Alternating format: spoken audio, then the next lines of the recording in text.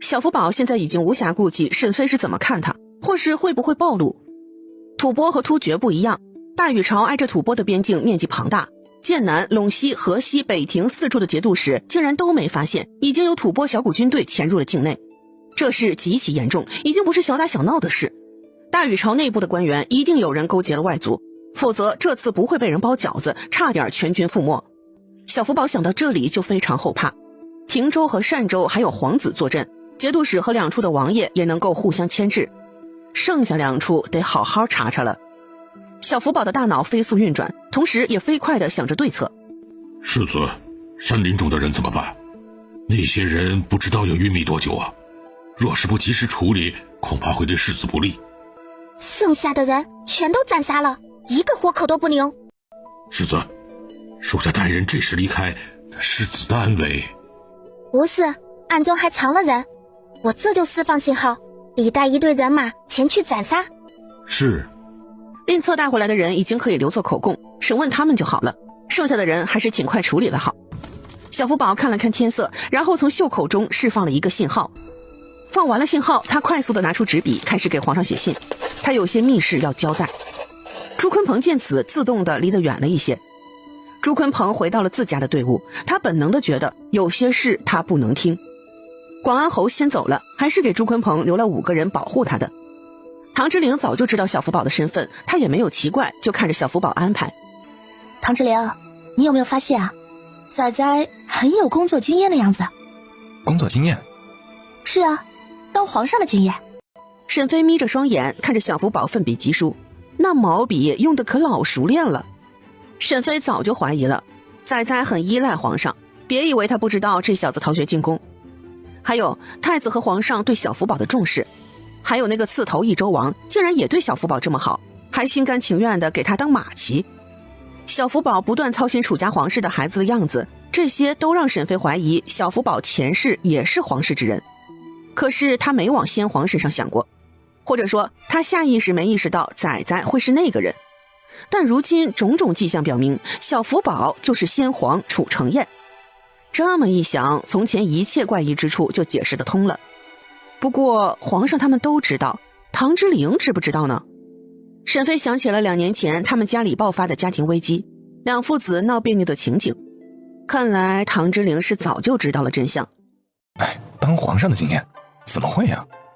哈哈，唐之陵，你是不是有事瞒着我呀？什么呀？我不明白你在说什么。是吗？真不知道？你确定？沈飞，现在大敌当前，咱们得想想后面该怎么做呀。从前定好的路线，我看是不能走了。沈飞见唐之陵不想谈论小福宝，也不揪着不放。不过唐之陵都接受了小福宝的真实身份，他也没有什么不能接受，不过是没喝孟婆汤罢了。小福宝都是他生的，是他的儿子。想到儿子，沈飞的表情又古怪起来。要是按照这个辈分算，那他岂不成了皇上的奶奶？沈飞非常开心地接受了这个设定。突然之间，沈飞就豁然开朗。走吧，既然仔仔在忙，咱们就先看看被带过来的傻大个儿。行，咱们好好的审一审他。沈飞来到了宗正达跟前，用脚踢了他一下。是谁敢欺本王子？不过这次他说的不是汉话，沈飞和唐之陵2人都没听明白。唐之陵蹲下来给了他2巴掌，直接让他清醒过来。你是谁？竟敢打我？等他发现自己被绑着，整个人都不好了。他想起来了，他们闻到了一阵香气之后，人就昏迷了。宗正达心里真的害怕了，他被俘了，落到了汉人手里，不知道舅舅能不能来救他。是我呀，就是你要活捉的荣亲王。宗正达看了唐之陵一眼，又看了一眼女扮男装的沈飞。该死的，他认错人了。想到沈飞昨日扛着那奇怪的东西，宗正达不敢小觑沈飞。你们真是太阴险，竟然暗中下毒，太无耻了。哼，怎么你都能提前埋伏我们了，我还不能反击了？你，还别说，你这个人的汉语讲的还真是不错，哼，真好啊。哼，那是我娘从小教我的。你意识到自己说多了，宗正达赶紧闭上嘴巴。沈飞趁此机会快速在空间里拿出怀表，在宗正达眼前晃悠几下。宗正达中了毒气，意志力本就薄弱，神志也没那么清醒，因此沈飞还是很好催眠的。你娘是谁？楚家然。姓楚的？有没有这么巧啊？沈飞仔细地打量了一眼这个男人，发现和自家人没一点像的地方。那你叫什么？你又是谁？我叫宗正达，是吐蕃的四皇子。沈飞看着宗正达，这人年纪也就20出头，还很年轻，但身份竟然是吐蕃的四皇子。唐之灵也是吓了一跳，吐蕃的四皇子竟然就带着这么点人跑进了大禹朝的腹地，这人是没头脑呢，还是真的这么自信？难道他有什么倚仗不成？你们这一次为什么要劫杀荣亲王？你们是怎么进来的？谁给你们提供的线索？沈飞一连3个问题问出来，让宗正达下意识的排斥，他的眉头紧紧地皱在一起，不断地摇晃脑袋。他怎么了？问到了他心中的秘密，他下意识地防御起来了。这时候从远处传来了一阵马蹄声，声音一下子就把宗正达给惊醒了。他睁开迷茫的双眼看着沈飞两人。沈飞知道这次的催眠失败了，现在是问什么都问不出了。我这是怎么了？沈飞没管宗正达的问题，想到他母亲，他不客气地上前薅了几根头发下来。你怀疑他的身份？闲着也是闲着，做一个实验来验证一下我的猜想。你想干什么？他听说中原有一种邪术，就是用头发做法，还有那种拿着针扎小人的，总之就是恐怖得很。把我的头发还给我！老实点。你要用我的头发做什么？唐之灵见这个男人这么聒噪，脱下了男人的鞋子，把袜子塞到了他嘴里。宗正达发不出声音，同时一股臭味袭来，直冲天灵盖，差点没把他送走了。沈飞和唐之灵已经无暇搭理宗正达，他们都是好奇地看着远处来的这支军队。一行人穿着大禹朝士兵的服饰，最开始唐之灵还以为是杨策率领禁军回来了呢，现在看不是，为首的男人他不认识。小福宝见人到了，也从车厢中下来，他已经写好了信，只等着送往京城了。属下郭泰参见世子。来了就好，剩下的路上就由你保护我们去停州。是世子。很快，在令策带领了那30人解决了敌军之后，一行人再次上了马车。马车上，沈飞和唐之灵两人把小福宝围在中间，齐齐地看向他。你们想问什么就问吧。沈飞没心情追问小福宝，他急于分享刚才得到的秘密。小福宝，咱们抓到的人是吐蕃的四皇子宗正达。小福宝懵了，这还没来得及审问呢，娘亲就知道那人的身份了。娘，你怎么知道的？你给他催眠了吧？他还交代了什么？他就说了，他叫宗正达，他娘叫楚家然。这个楚家然你认识吗？他也姓楚呢。小福宝听到这人的名字，眼眸微冷，这孩子竟然还活着，人还藏到了吐蕃，还生下了皇子，还真是命大呀。他是谁呀？你知道就说吧。那是先太子的女儿。不是说先太子一脉的人都被你杀了吗？小福宝柳眉倒竖，瞪了唐之灵一眼，这家伙怎么说话也不注意场合。小福宝小心地打量沈飞的神色，就想知道他是什么反应。小福宝见沈飞没有反应，心中松了一口气。也就是说，那个楚家然是你的侄女？小福宝立即咳嗽起来，小身子也是一耸一耸的。啊，仔仔，你没事吧？娘，你知道我从前是谁啦？小福宝的心跳快跳到了嗓子眼儿，问的也是小心翼翼。知道啦。我的仔仔就是了不起。这工作经验太牛了吧！他儿子上辈子是皇帝，那他这辈子就算是皇帝的奶奶了。小福宝有些怔愣，他完全没想到沈飞是这个态度。娘，你不怪我？小福宝其实是想问沈飞介不介意，毕竟这关系论起来有点别扭。怪你干什么？上辈子的事又不是这辈子的你能决定的。你看看我还不是一样借尸还魂占了别人的身体。沈飞想到了，他不是原来的孙梦夏，认真算起来还不是小福宝的亲娘呢。哎，算起来我好像也不是你的亲娘哎。李斯我粮，最好的粮。皇宫内，皇上把荣王府的几个孩子接到了宫中，他和皇后两人又因为一起照顾孩子，勾起了一些从前的回忆。皇上不仅留宿在皇后的宫中，这俩人的关系倒是温情许多。随后的几天，皇上要么就是没翻牌子，要不然就是直接来到皇后的宫中。今早，皇后早上是嘴角含笑的把皇上送走的。娘娘，可还需要再补眠？不需，给本宫梳洗打扮，等后宫嫔妃请安过后，咱们去太后宫里看看几个孩子。皇后现在是越发喜欢寻儿，见不到她还怪想的。是，娘娘。皇后娘娘，不好了！大胆！说，到底是怎么回事？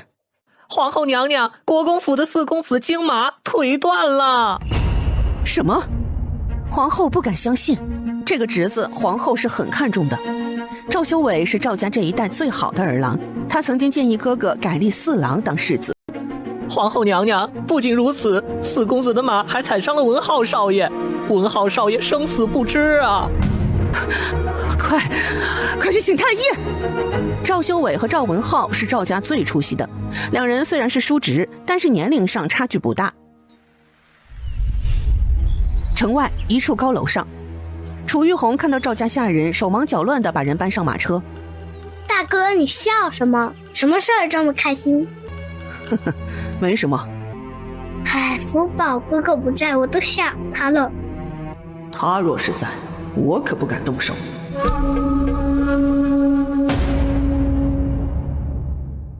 东宫，嬷嬷，你说什么？太子妃，四公子坠马，又被马拖行数10米，伤了腿。不可能，魏迪的骑射功夫虽然不高，但还不至于骑不了马。四公子的马还踩伤了文浩少爷，少爷现在还没清醒。啊，嬷嬷，快去找太子，我要出宫回家。啊，是娘娘，老奴这就去找太子去。此时皇上也已经听到了消息，他皱紧眉头。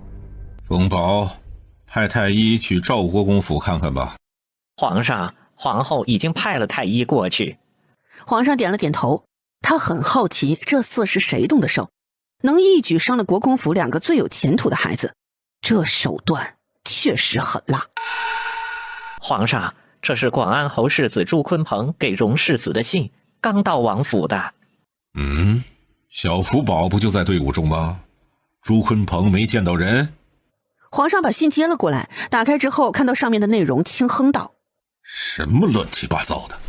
皇上气愤地把信扔到了地上，纸张散落在地上。冯宝正巧也看到了上面的内容。小六怎么可能有断袖？他孩子都生了6个了。皇上，老奴猜测朱世子是把王妃当成了男人。哎，哎呀，那个小白脸没准还真可能是那个沈氏啊！哎呀，小六这2口子，这笑话就没有断了的时候。荣亲王夫妻的感情颇深呐，依老奴看，荣亲王是个痴情的。皇上想到唐志陵后院就沈妃一个，还有小福宝对唐志陵的全方位封锁，露出了古怪的笑容。他呀，这辈子是不敢对不起沈氏了。皇上想到小福宝，终于意识到不对了。既然小福宝和沈妃都一起去了，为什么朱坤鹏还舍近求远的把信送到长安城呢？除非朱坤鹏在队伍中没有看到小福宝。那小福宝在哪里？朱坤鹏为什么没发现他？皇上现在慌了。凤宝，你快去查查亭州和凉州那边荣亲王队伍有没有送信回来。是，陛下。赵国公府，太子和太子妃都来了。赵修伟正在被太医接骨，内室中不断传出了喊叫声，还有2个太医在医治赵文浩。此时的堂屋内却是死一般的安静，众人谁都没有开口，只有赵文浩母亲的哭泣声。赵修远听得烦躁，哭哭哭，你就知道哭，你现在知道哭，你早干什么去了？夫君，这文浩生死不知，你就不伤心？哼，我倒是忘了，夫君除了文浩还有文斌呢，可怜的文浩啊！这关文兵什么事？你不要胡搅蛮缠。够了，都什么时候了，你们还吵？赵国公见太子没有任何不悦的神情，才松了一口气。赵修远被呵斥，也不继续管妻子。他知道父亲有意想要换世子，毕竟四弟要比他有才智，而且太子妃妹妹和四弟的感情要更深。他长两人好些岁，和太子妃的感情不深。爹，这次小厮骑马把文浩踩伤，就是为了世子之位。我知道爹想要换了我，可是小厮真的太狠了，那是他侄子，亲侄子呀，他竟然也下得了手。可怜我的文浩伤得那么重，现在还生死不知。住口！胡说些什么呢你？赵修远可不想忍了，想到他在外面听到的流言，心里已经信了10成10。爹，我说的难道不对吗？你早就想换了我。这小子是什么时候发现的？这个长子不成器，他确实是在犹豫，是选小四呢，还是选孙子文浩？2个人他都在考察，还没有下定决心。不管是谁，都不能是长子了。他们赵家一世荣华，未来太子继位又可以延续100年富贵，国公爷要选个明白人。可是长子显然是不合适的，朝中弹劾他已经不是1次2次了。赵国公想到老对手找不到他的过失，就拿长子出来溜溜的事，就糟心不已。赵国公看着这个大儿子，觉得他还不如广安侯世子呢。广安侯世子可没玩出过人命，手上没沾过鲜血。可是自家长子要不是他帮着遮掩，那些人早就去告他了。由他带领着赵家没落是迟早的事。一时间赵国公竟然有些颓败。赵国公的沉默让赵修远更加确定了。爹，你果然是这么想的。我真是太傻了。大哥，现在当务之急是找出害四弟的凶手，看看是谁在马上动了手脚，查出真凶。还什么凶手？这就是小厮的计谋，直接伤了我儿，他不就有机会了？大哥，你不要这么武断好不好？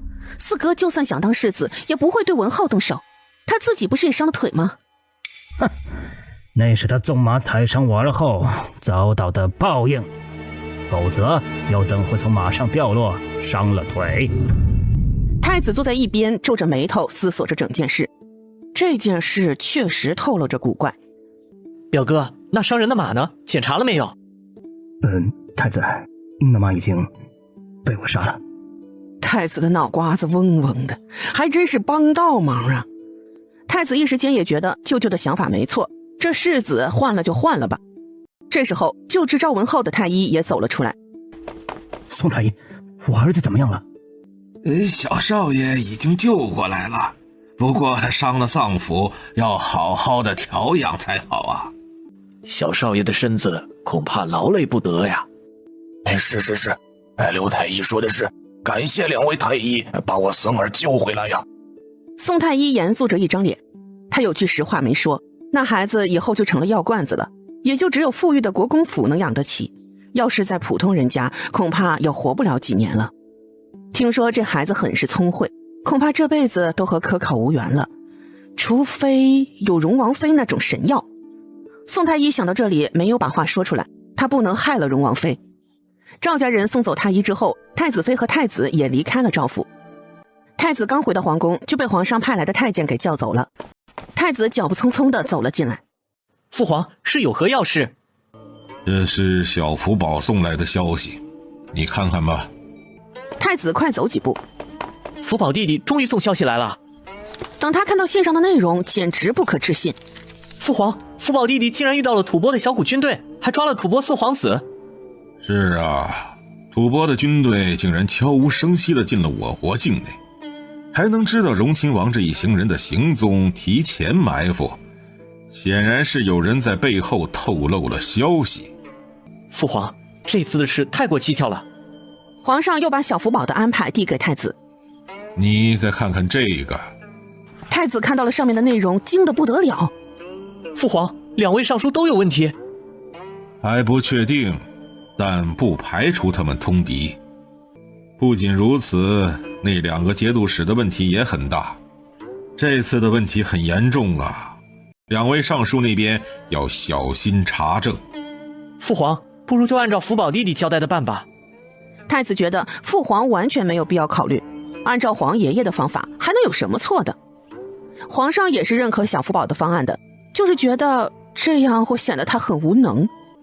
父皇，若是河西节度使真的有问题，他知道吐蕃王子被俘，会不会铤而走险？那样福宝弟弟不就危险了吗？你说的对呀。冯宝，进来。冯宝低着头走了进来，等候皇上吩咐。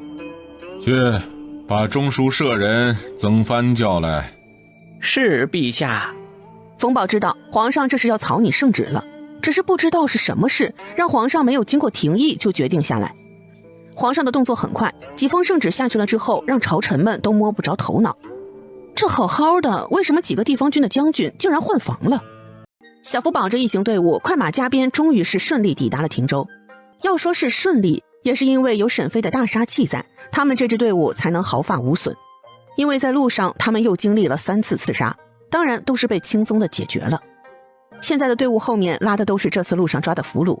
到了亭州城门口的时候，守卫知道是京城的荣亲王到了，也都纷纷打开城门。广安侯等人已经几天前就来到了亭州，提前过来给战场送粮。朱坤鹏并没有骑马，他的胳膊受伤了，现在一只胳膊是吊着的。他拉开帘子往外看，就是想见到自家老爹，他有好多话想和老爹说。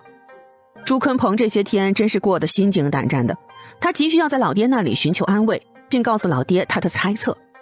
城门大开，队伍缓慢地进城。唐志玲，咱们进城了，要去哪里？还有空间里的粮食要不要拿出来？粮食先不着急，等咱们见到了广安侯之后再决定吧。至于住处，我觉得得先找个客栈住着吧。住什么客？不住客栈，咱们这么多人呢，直接去亭州王府。小福宝原本教训的口吻，在看到沈飞之后立即又乖顺起来。李是这次军需官的主官，筹集的粮草到了哪一步，还缺少多少，这些李也要参与。这一次来就是让你锻炼的。唐之玲和沈飞互相看了一眼，或许这趟差事就是小福宝安排的。还有咱们这一路上遇到那刺杀，那些人都要好好的审一审。我和梁谦就负责这事儿，李跟在广安侯身边，帮他调度粮草。好吧，就听你的。唐之玲这队人马进了亭州，就引起了好些人的注意。知州府衙，大人，大人！刘全，何事这么大惊小怪呀？啊！大人，属下听到城门那边传来消息，荣亲王带着军队进城了。哟，怎么这么快啊？怎么提前一点消息都没有？大人，咱们要不要出去迎接呀？你说是荣亲王带着军队？大人，听守城的人禀报，那些人大概有2000多人。2000多人？一个地方的军队驻扎也就2000多人，这还是明面上的数字，实际上能有1000人就不错了。荣亲王带这么多人进城是想干什么？快，给亭州王送个消息，让他知道他弟弟来了。是，大人。那咱们要不要出去迎接呀？去啊，当然要去，现在就去。亭州王府，玉成，走吧，随父王去接人。父王，六叔比预期的时间早了2天呀。可能是广安侯传的信息有误吧，咱们去看看就知道了。唉，父王，广安侯收粮并不顺利，地方县衙的粮库没粮食，那些富商又攥着手中的粮食不出手，你说六叔来了能想到办法吗？广安侯的打算很好，紧急调走地方粮库的粮食，然后再从幽州那边运粮过来。可是到了地方才发现这个主意不可行，一些县衙的粮仓并没有粮食，还有的都是生了虫子的陈粮。总之现在的形势并不乐观。广安侯府在亭州有产业，也有一些粮食，那批粮食已经被广安侯送去了南疆战场，缓解了断粮的危机，但这些粮食也只够再坚持半个月的时间。现在两军还在焦灼的状态，根本不是半个月就能结束的。楚敬章只在宫宴上见过一眼唐之陵，印象中那就是个小弱鸡。哼，他来了能有什么办法？他草包的名声可是都传到了亭州了。楚敬章对于唐之陵最小却是几个兄弟中唯一被封为亲王的人很有意见，毕竟谁还不是龙子龙孙呢？至少他身上血统纯正，不像老六还是半个鲜卑人。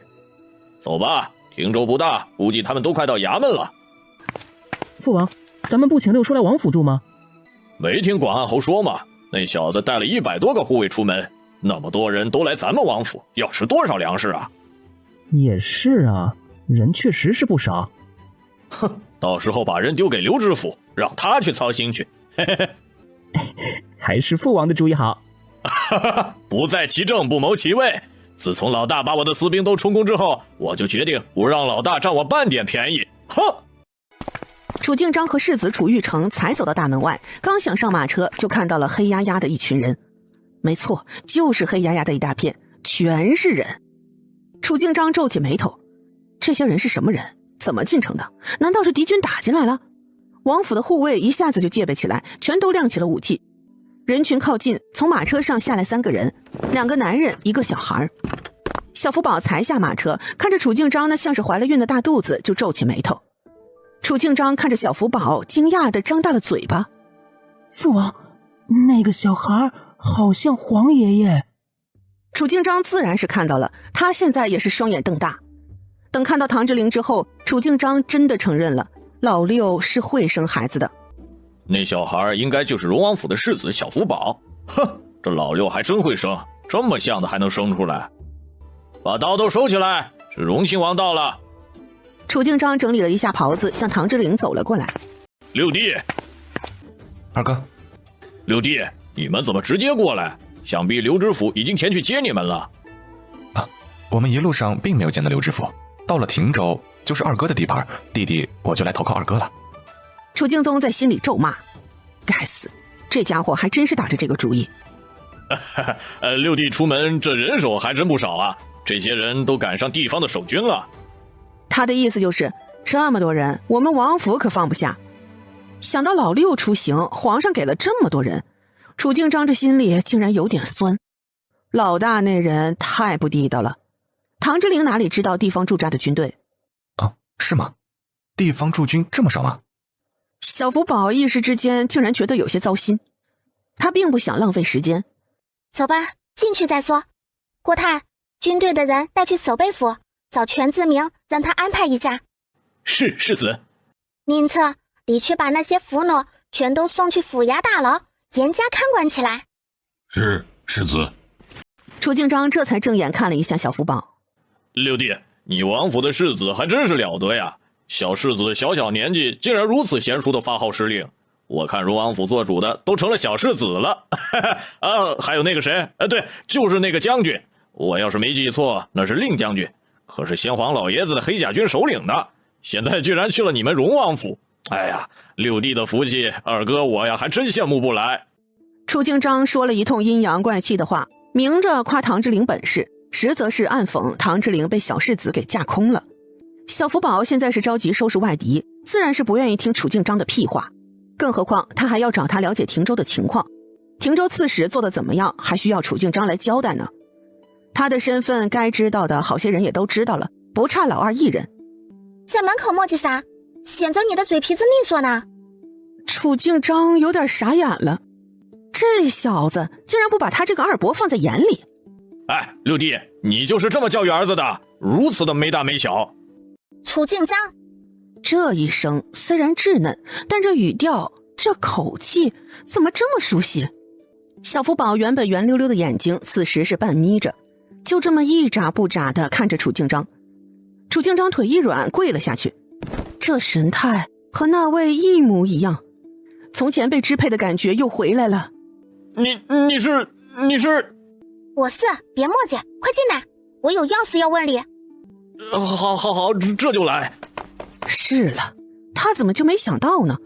令策随时跟在左右，就是皇上都没得到令策，老六那小子就更不能指使得动了。他早该想到的，要不是这位在，他暗中藏的私兵怎么会被发现？但凭老大那个棒槌可查不到一点。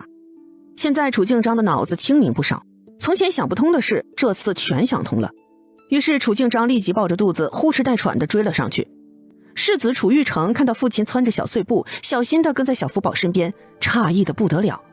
两人就这么你是我是对起了暗号，到底是什么呀？唐之灵和沈飞互相看了一眼，他们也没想到小福宝一来汀州就报了马甲。荣亲王，咱们直接进去还是去找我爹呀？朱坤鹏是发现了秘密，就带着广安侯府的下人躲得远远的，一点消息都不想多听，就怕知道了不该知道的事儿，被人灭了口。哎，咱们去吃一顿，再去找你爹怎么样？好好，吃完了再走。嘿嘿。哎，荣亲王，荣亲王！看着沈飞和唐之灵三人，一时之间竟然不知道哪个才是荣亲王。本王就是荣亲王。下官汀州同知刘伟拜见荣亲王。荣亲王，下官已经准备好了酒菜，不知能否赏光呀？答应啊，快答应啊！沈飞和唐之灵几人毫不犹豫地和刘知府等众位官员走了，就把小福宝扔给了汀州王。王爷，广安侯前些时日去武乡、河东、吉首、重阳等地收集粮食，岂料啊，好几处的地方官员贪墨，府衙内的官粮全无啊！这广安侯让属下彻底彻查几个县令，不知道王爷的意思是？那就查呗，刘知府秉公办理就好。刘知府听到唐之灵这么说，嘴角不易察觉的勾起。是，下官领命。王通判伸出的筷子一顿，眉头轻蹙，但什么也没说。沈飞拿了一根鸡腿，啃得嘴两边都是油，但是眼珠却是四处乱看。他在桌下轻轻地踢了唐之灵一脚，给他使了一个眼色。唐之灵也吃得差不多了，终于是想起了正事儿。刘知府，不知道现在汀州的粮价是多少？刘知府见荣亲王终于问起了正事儿，愁苦道：王爷，汀州可不比江南富饶之地呀，这瓜果类倒是盛产，这葡萄、甜瓜、红枣倒是格外的美味，这五谷类呢倒是弱了一些，这小麦呢、玉米、大豆啊也有耕种，玉米啊还是前几年从京都传过来的呢。玉米在汀州算是高产了，但玉米的味道没有大米的味道好，因此在汀州啊，大米这种细粮已经达到了320文一斗了。沈飞听得眼睛一亮，心中只有2个字：发了，发了！他真的发了。唐之灵也吓了一跳。你说什么？大米竟然要320文一斗？他在长安城收的可是30文一斗，是精米呢，在汀州竟然要320文一斗，这是涨了10倍呀！哎呀，王爷有所不知啊，汀州这边种植不了水稻，因此大米才会显得珍贵。这大米无论是从南边还是东北运过来，人力物力成本巨大呀，因此精米的价格才居高不下呀。玉米、大豆等粗粮的价格也就80文每斗左右。另外啊，王爷采购军需粮草啊，不必全是细粮，粗粮足矣呀。沈飞看着碗里白白的大米，这个刘知府还真是站着说话不腰疼，让那些在前线拼死拼活的战士吃玉米和大豆，他倒是自己吃香的喝辣的。他可是知道豆饭吃多了容易跑肚拉稀不说，还容易烧心，对胃也不好。还有玉米，虽然可以充饥，但是成熟的玉米很硬，在后世想要吃玉米饭，都是要用电饭煲提前泡一夜，第二天吃起来才会软糯。可是军营里的士兵显然没有这个条件，他们没有电饭锅，也没有这个时间。打仗吃饭速度就是要快。沈飞想到这里，眉头又皱在一起。这个刘知府不是好人呢。唐之灵没有反驳刘知府，因为他有大米，很多很多，也不是粗粮，只要找机会转卖给广安侯就好了。刘知府说的对。刘知府见到唐之灵这么好忽悠，也非常开心，于是又说了一些恭维唐之灵的话。